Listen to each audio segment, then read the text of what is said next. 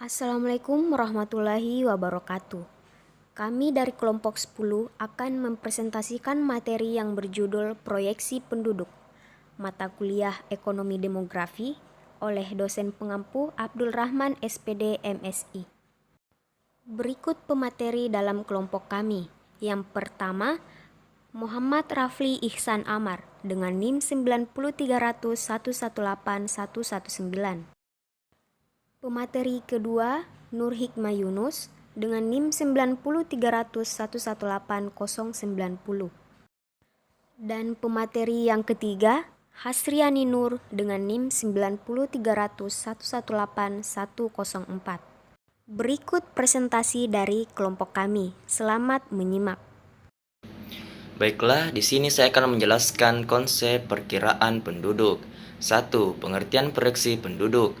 Proyeksi penduduk adalah perhitungan jumlah penduduk menurut komposisi umur dan jenis kelamin di masa yang akan datang berdasarkan asumsi arah perkembangan fertilitas, mortalitas, dan migrasi. Proyeksi penduduk Indonesia menurut kelompok umur, jenis kelamin, dan provinsi yang disajikan dalam publikasi ini merupakan angka final dan mencakup kurun waktu 25 tahun. Mulai tahun 2010 sampai dengan 2035. Pembuatan proyeksi dengan kurun waktu yang panjang ini dimaksudkan agar hasilnya dapat digunakan untuk berbagai keperluan, terutama untuk perencanaan jangka panjang. Disisipkan pula proyeksi kilas balik untuk memenuhi tren masa lalu hingga masa yang akan mendatang. Dengan terbitnya publikasi ini, maka proyeksi-proyeksi sebelumnya yang masih mempunyai tahun rujukan yang sama dengan publikasi ini dinyatakan tidak berlaku lagi. Selanjutnya, yaitu kedua, kegunaan proyeksi penduduk. Pada dekade akhir-akhir ini, pemerintah memerlukan proyeksi penduduk sehubungan dengan tanggung jawabnya untuk memperbaiki kondisi sosial ekonomi dari rakyatnya melalui pembangunan yang terencana. Mengingat semua rencana-rencana pembangunan, baik ekonomi maupun sosial, menyangkut pertimbangan tentang jumlah serta karakteristik daripada penduduk di masa mendatang. Proyeksi mengenai jumlah serta struktur penduduk dianggap sebagai persyaratan minimum untuk proses perencanaan pembangunan, yaitu yang pertama di bidang pangan, menentukan kebutuhan akan bahan pangan sesuai dengan gizi serta susunan penduduk menurut umur. Yang kedua di bidang kesehatan, menentukan jumlah medis, dokter, obat-obatan, tempat tidur di rumah sakit yang diperlukan selama periode proyeksi. Yang ketiga, bidang tenaga kerja, menentukan jumlah angkatan kerja, penyediaan lapangan kerja yang erat hubungannya dengan proyeksi, tentang kemungkinan perencanaan untuk memperhitungkan perubahan tingkat pendidikan, skill dan pengalaman dari tenaga kerja. Bidang pendidikan, proyeksi penduduk dipakai sebagai dasar untuk memperkirakan jumlah penduduk usia sekolah, jumlah murid, jumlah guru, gedung-gedung sekolah, pendidikan pada masa yang akan datang. Yang kelima, ada bidang produksi barang dan jasa. Baiklah, selanjutnya saya akan membahas sumber data. Berbagai sumber data digunakan untuk melihat gambaran tentang pola kelahiran, kematian, dan perpindahan di Indonesia. Untuk keperluan proyeksi ini, sumber data yang digunakan adalah SP71, SP80, SP90, SP2000, dan SP2010, SUPA S85, SUPA S95, dan SUPA S2005, SDKI 91, SDKI 94, SDKI 97, SDKI 2002-2003, SDKI 2007, dan SDKI 2012.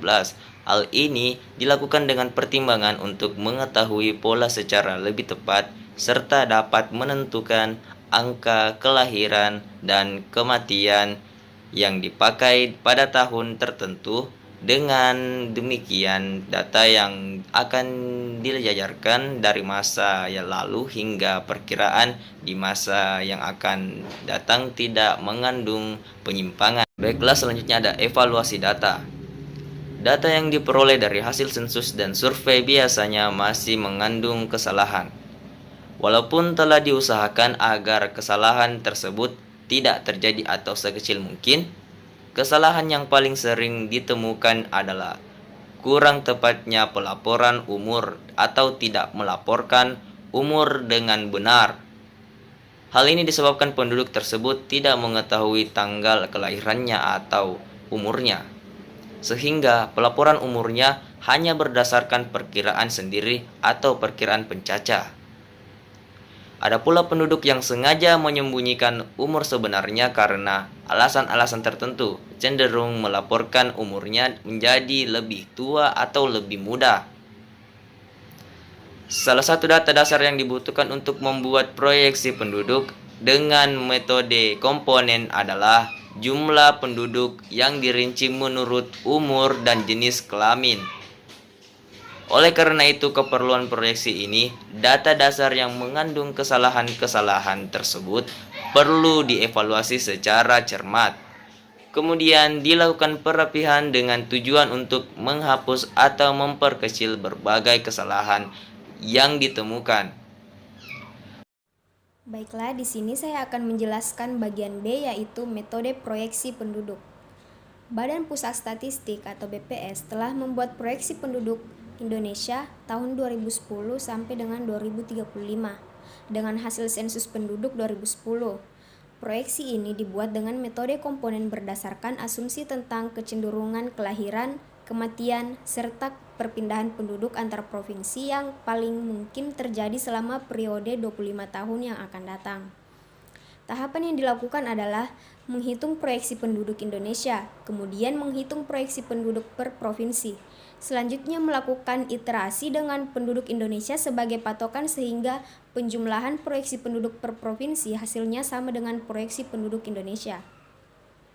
Hasil proyeksi tersebut dibahas dalam tim teknis yang dibentuk oleh BPS dan hasil pembahasan tersebut didiskusikan lebih lanjut dalam rapat tim yang terdiri dari para pejabat dari Bappenas, Badan Kependudukan dan Keluarga Berencana Nasional atau BKKBN, Kementerian Kesehatan, BPS, para akademisi dan instansi lain yang terkait. Dalam rapat tersebut, selain dilakukan diskusi-diskusi teknis tentang bagaimana menyusun proyeksi penduduk, juga diputuskan bahwa ada satu acuan mengenai proyeksi penduduk yang digunakan secara resmi dalam Rencana Pembangunan Jangka Panjang atau RPJP. Secara matematis, ada beberapa cara untuk memproyeksikan jumlah penduduk masa yang akan datang, yaitu antara lain yang pertama metode matematik. Nah, metode matematik ini terdiri dari dua cara, yaitu yang pertama linear rate of growth, yang terdiri juga dari dua cara. Yang pertama arithmetic rate of growth dengan rumus PN sama dengan P0 1 tambah Rn. Kemudian geometric rate of growth dengan rumus PN sama dengan P0 1 tambah R pangkat N.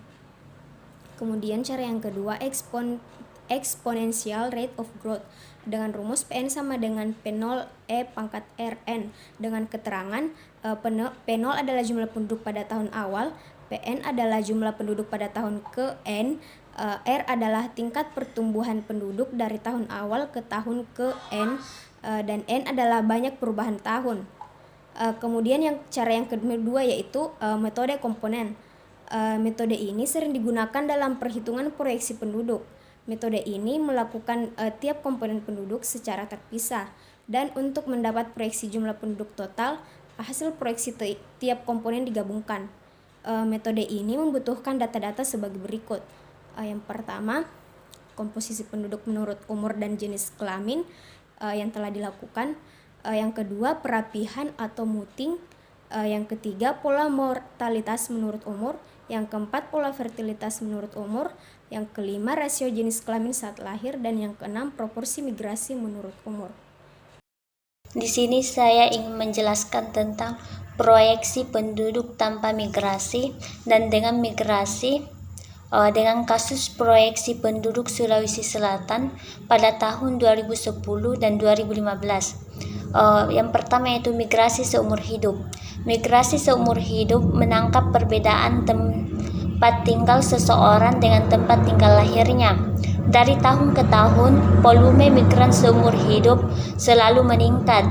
Jenis migrasi ini sangat besar dalam volume maupun dari segi rate atau angka.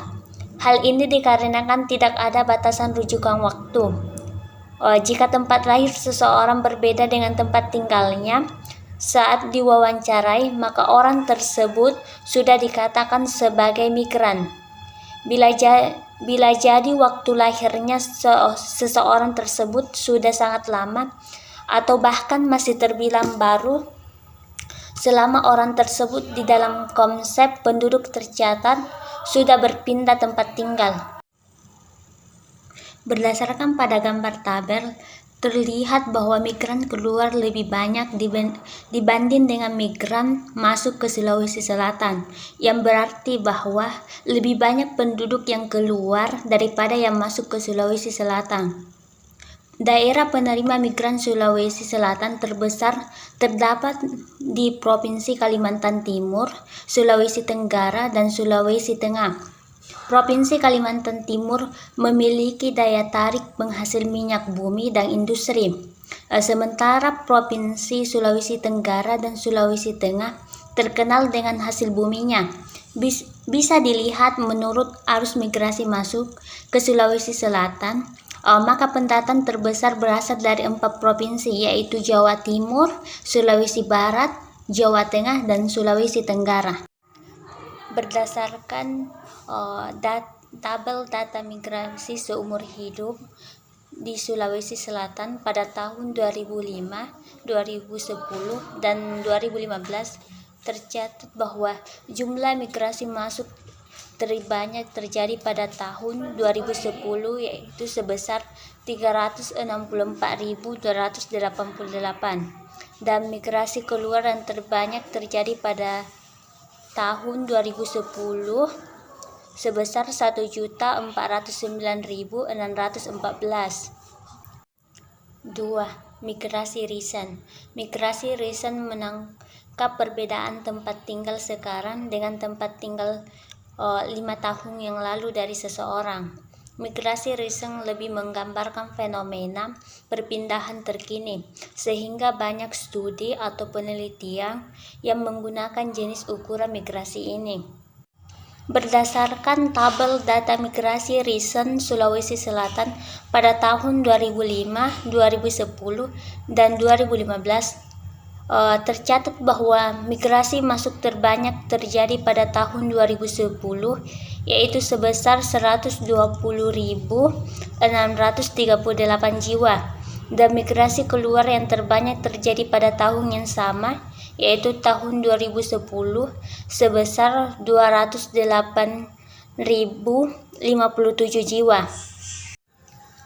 Berdasarkan gambar diagram alasan pindah migrasi recent, yakni migrasi recent masuk kabupaten kota dan migrasi recent keluar kabupaten kota, tetapi masih dalam lingkup Provinsi Sulawesi Selatan, sebesar 136.430 orang. Ada 2 alasan pindah yang utama. Yang pertama yaitu alasan ikut suami atau istri atau orang tua dan anak sebanyak 37,03%. Persentase ini cukup besar karena dalam satu rumah tangga, bila ada kepala rumah tangga yang pindah dengan alasan pekerjaan, maka istri dan juga anak-anaknya yang ikut pindah pasti akan memberikan jawaban pada kategori ini. Pola pada setiap kabupaten kota juga memberikan indikasi yang sama. Alasan pindah yang kedua yang memang umum adalah karena pekerjaan dan pendidikan, masing-masing sebesar 17,50% dan 2,65%. Berdasarkan tabel karakteristik migran recent, komposisi migran recent laki-laki lebih banyak daripada migran perempuan dengan rasio jenis kelamin sebesar 116. Namun, bila dilihat menurut proporsi komposisi ini berbeda-beda.